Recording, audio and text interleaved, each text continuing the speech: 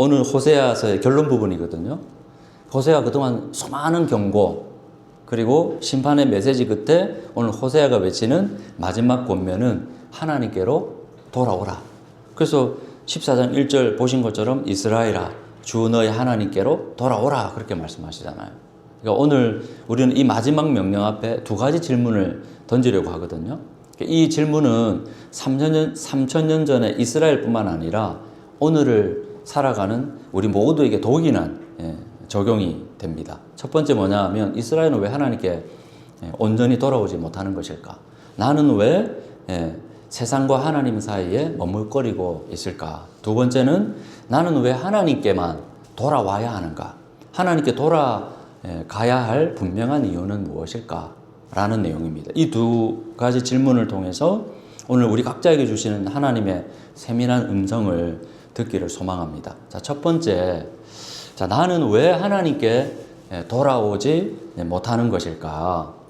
넷플릭스 드라마에 보시면 오징어 게임 아마 잘 아실 겁니다. 돈을 쟁취하기 위해선 무조건 게임에 이겨야 되잖아요. 그러니까 이제 살아남는 자에게만 다음 기회가 주어지잖아요.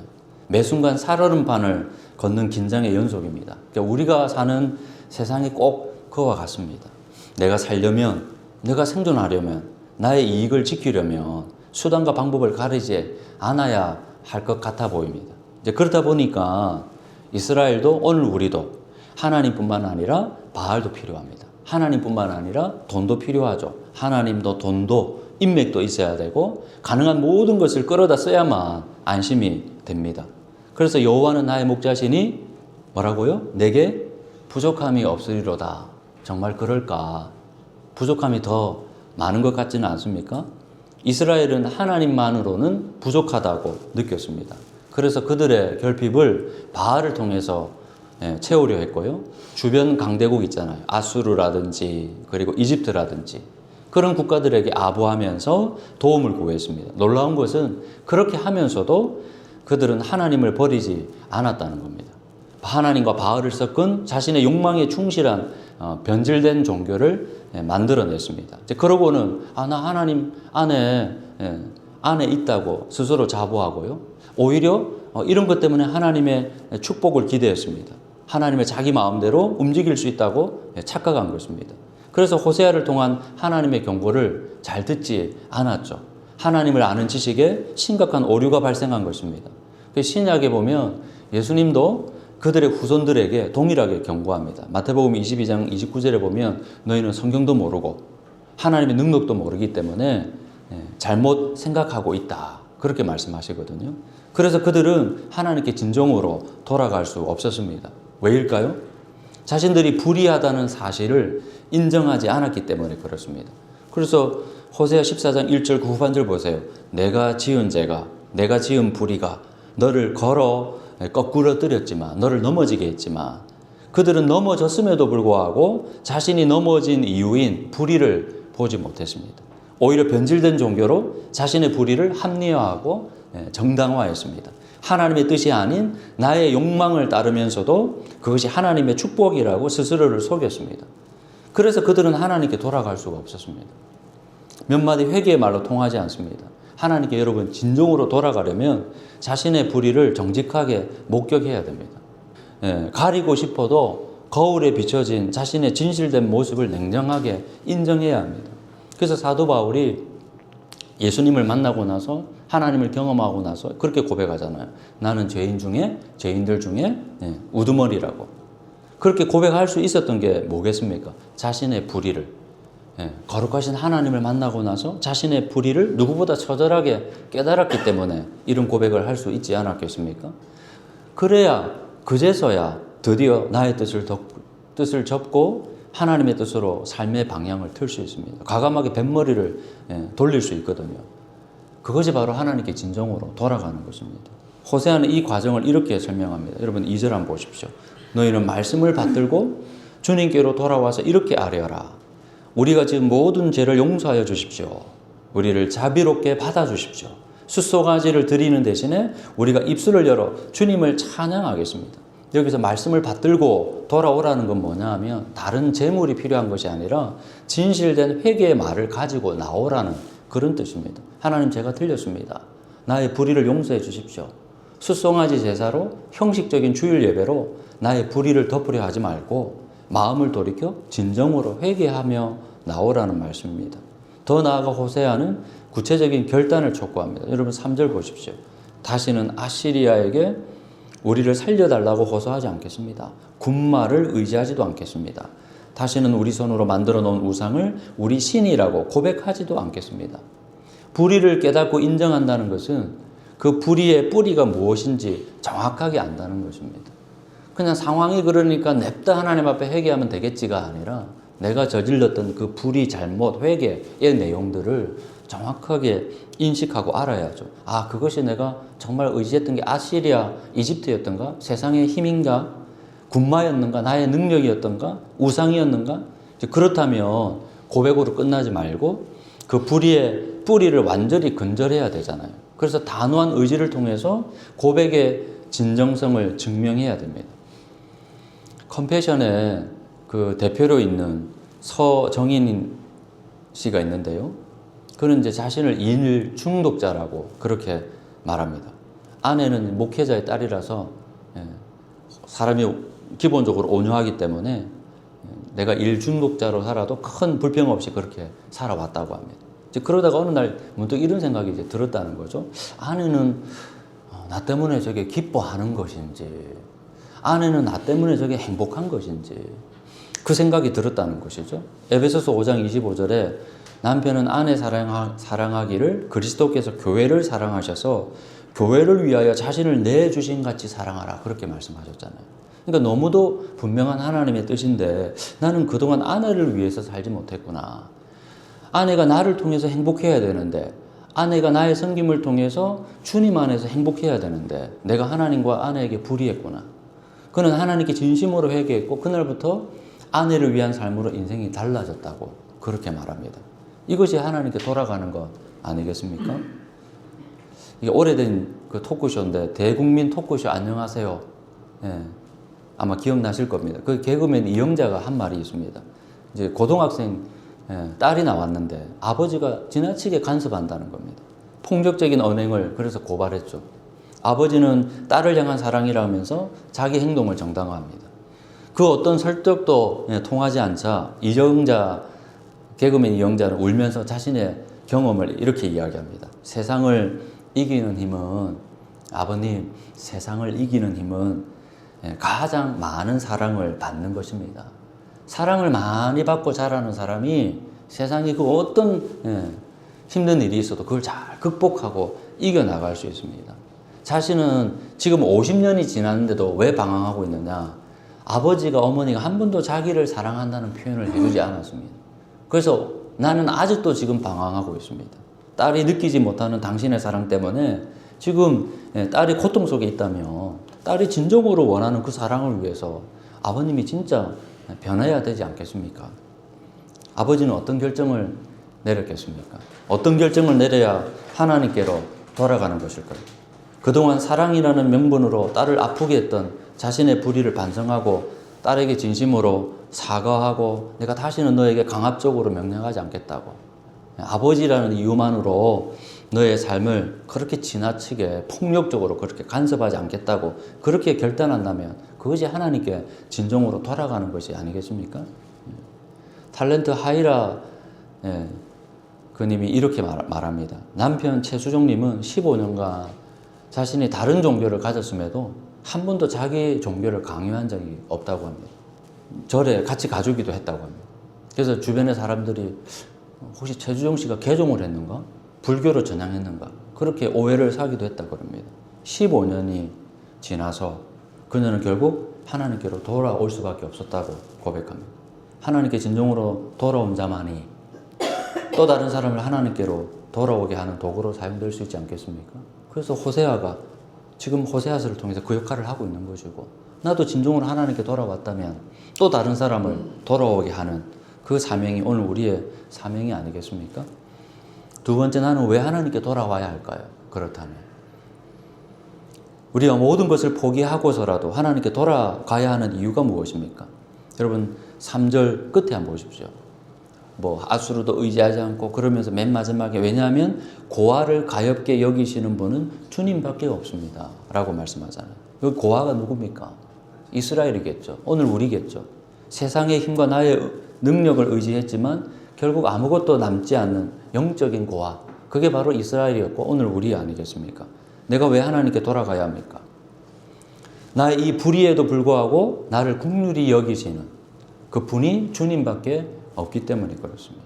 내가 다시 돌아가도 하나님은 언제든지 나를 받아주실 준비를 하고 기다리고 계시기 때문에 내가 다시 하나님께 돌아갈 수 있습니다. 근데 이것이 끝이 아닙니다. 하나님의 적극적인 사랑은 이제부터 시작됩니다. 4절 한번 보세요. 내가 그들의 반역하는 병을 고쳐주고 기꺼이 그들을 사랑하겠다. 그들에게 품었던 나의 분노가 이제는 다 풀렸다.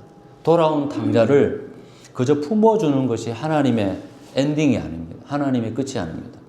하나님은 우리의 온전한 회복을 위해서 스스로 결단하십니다. 하나님은 내 안에 불이라는 병을 정확하게 진단하시고 그 병을 말끔하게 고쳐주십니다. 그리고 회복된 나를 이전보다 더 사랑하시겠다고 그렇게 다짐하십니다. 하나님의 화가 다 풀렸기 때문에 그렇습니다.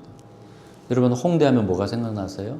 맛집도 있고 클럽도 있고 가보지는 않았습니다. 저는 패션뿐만 아니라 점집, 데이트 코스라고 합니다. 젊은이들. 점집도 있고 타로도 있고 그리고 신천지를 비롯한 이단들이 가장 활발하게 활동하는 도시가 바로 홍대입니다. 그러니까 이런 곳에서 교회를 시작한 한 목사님이 이렇게 말합니다. 청년들이 세속적인 것만 좋아하는 듯 하지만 속내를 들여다보면 자기 인생에서 확실한 답을 찾고 싶어하는 그런 영적인 갈급함이 있다는 거예요. 근데 그것 때문에 교회를 시작했다는 겁니다. 여러분 인생의 답이 무엇입니까? 좋은 대학, 아름다운 연애, 부러운 직장, 행복한 결혼, 편안한 노후 이 모든 것을 확실하게 보장해 주는 것이 인생의 답이라고 그렇게 말할 수 있을 겁니다. 물론 돈이면 많은 것이 해결될 수 있지 않겠습니까? 그럼에도 불구하고 인생의 궁극적인 답은 관계입니다. 내가 부족하고 못나도 내 편이 되어주는 관계. 끝까지 나를 믿어주고 신뢰하는 사랑이 아니겠습니까? 내가 잘난 줄만 알고 교만했다가 인생의 쓴맛을 본 적이 있으십니까? 한없이 연약하고 치졸한 나의 밑바닥이 드러났을 때 모두가 그 모습을 외면할 때 나를 긍휼히 여기는 관계, 나에게 헤세드, 인애로 다가오는 관계. 룻이 시어머니에게, 시어머니가 룻에게, 보아스가 룻에게, 룻이 보아스에게. 그 관계가 인생의 답입니다. 따라서 인생의 답은 바로 하나님이십니다. 그러므로 우리는 언제나 하나님께로 돌아가야 합니다. 우리가 이 세상을 살아가면서 분명히 깨달아야 될 게 있습니다. 이것도 맛보고 저것도 누리고 이것도 도전해보고 성취해보고 그러면서 우리가 놓치지 말아야 될 게 뭐냐 그러면 하나님 없는 세상이 얼마나 폭력적이고 하나님 없는 인간이 얼마나 이기적이고 심지어 하나님 없는 교회가 얼마나 세상과 똑같아질 수 있는지는 것을 분명히 확인하고 배워야 합니다. 그 울타리 속에서 돈이 되지 않거나 나에게 이익이 없다면 나를 온전히 받아줄 사람은 단 한 사람도 없음을 절실히 확인해야 됩니다. 내 가족일지라도 내 남편이고 내 아내고 내 자식일지를 할지라도 그것을 받아주지 못하는 것이 이 세상이라는 것을 확인하셔야 됩니다. 그래야 인생의 답이신 하나님께로 진정으로 돌아갈 수 있습니다. 성경은 그것을 구원이라고 말합니다. 인생의 답이신 하나님께로 돌아갈 때 그 안에 온전히 머물 때 우리는 드디어 생명의 꽃을 피웁니다. 7절 8절 한번 보세요. 14절. 그들이 다시 내 그늘 밑에 살면서 농사를 지어서 곡식을 거둘 것이다. 포도나무처럼 꽃이 피고 레바논의 포도주처럼 유명해질 것이다. 8절에 나는 무성한 잣나무와 같으니 너는 필요한 생명의 열매를 나에게서 언제나 얻을 수 있을 것이다. 여호와는 나의 목자시니 내게 부족함이 없으리로다. 하나님 앞에 돌아왔을 때 하나님 안에 온전히 머물고 그 사랑을 확인했을 때 그때 나는 여호와는 나의 목자시니 내가 부족함이 없으리로다. 그 믿음의 고백이 나의 진실된 고백이 되는 날이 반드시 옵니다. 사랑하는 성도 여러분, 하나님께로 돌아오셨습니까? 혹은 돌아가야 할 답을 찾으셨습니까? 오늘 호세아의 결론은 이렇게 마무리됩니다. 9절 한번 보십시오. 지혜로운 사람은 여기에 쓴 것을 깨달아라. 총명한 사람은 이것을 마음에 새겨라. 주님의 길은 올바르다. 의로운 백성은 그 길을 따라 살아가지만 죄인은 비틀거리며 넘어질 것이다. 여러분, 지혜로운 사람이 누구입니까? 자신의 처지와 수준과 상관없이 자신의 한계와 불의를 진실로 깨달은 사람 아니겠습니까? 세상은 그 사람을 못난 사람이라고 말하고 실패한 사람이라고 그렇게 저주합니다. 그런데 바로 그때 다시 마음을 돌이켜서 자신을 긍휼히 여기시는 하나님께로 진정으로 돌아오는 사람이 지혜로운 사람입니다. 그러지 않고 끝까지 고집 부리고 이렇게 인생 살다가 뭐 끝나는 거지. 그게 어리석은 사람입니다. 그 안에서 온전한 하나님의 사랑을 경험하고 그리고 치유되고 회복되어서 오늘 본문에 있는 말씀처럼 건강한 나무로 성장해서 생명의 열매를 맺는, 그게 지혜로운 사람이 아니겠습니까? 그러니까 교회도 인생의 답이 되는 겁니다. 우리의 공동체도 인생의 답이 될 수 있습니다. 왜? 인생의 답이라고, 인생의 답이 하나님이라고 고백하고 그 하나님의 사랑 안에서 나의 연약함을 자랑할 수 있고 나의 못남을 따뜻하게 고백할 수 있고 그것을 안아주고 품어주고 격려해 줄 수 있는 그 하나님의 사랑을 경험한 공동체가 또 내 인생의 답인 것이죠. 그래서 우리 저사제가 해야 될 사명이 바로 여기에 있습니다. 하나님께서 호세아뿐만 아니라 오늘 우리에게도 그 사명을 주셨습니다. 오늘 우리도 호세아처럼 이 세상을 향해서 여러분 인생의 답이 무엇인 줄 아십니까? 눈에 보이는 화려한 것이 아닙니다, 여러분. 여러분 그걸 열심히 쫓고 있는 것 같은데 근데 그게 답이 아니라는 걸 깨닫게 될 것입니다. 내가 그것만 가지고 그것만 붙들면 내 인생이 달라지고 시원할 것 같은데 곧 허무가 찾아옵니다. 또 다른 결핍이 찾아옵니다. 늦지 않았습니다. 지금 돌아오시면 됩니다. 영원히 나의 편이 당신의 편이 되어줄 수 있는 하나님이 계십니다. 그 하나님만이 나를 헤세드, 긍휼히 여기시는 그분이 주님밖에 없습니다. 오늘 우리 교회가 여러분 보십시오. 이거 화려한 건물을 보십시오. 멋진 이 성가대를 보십시오. 그리고 잘 정돈된 이 조직들을 보십시오. 이 섬기는 사람들을 보십시오. 근데 그 누구도 그 한 사람이 소외되고 약하고 그 사람이 마음을 돌이켜서 난 누구의 도움이 필요합니다. 난 이렇게 살다가는 망하겠습니다. 그런 사람이 왔을 때 당신의 수준이 그러니까 우리하고 안 맞아서 저쪽으로 가십시오 내치는 것이 아니라 진정으로 돌이키기를 원합니까? 진정으로 인생의 답을 찾기를 원하십니까? 그럼 언제든지 열려 있습니다. 오십시오.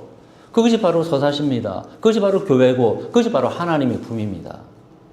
라고 말하는 저와 여러분이 되시기를 축복합니다.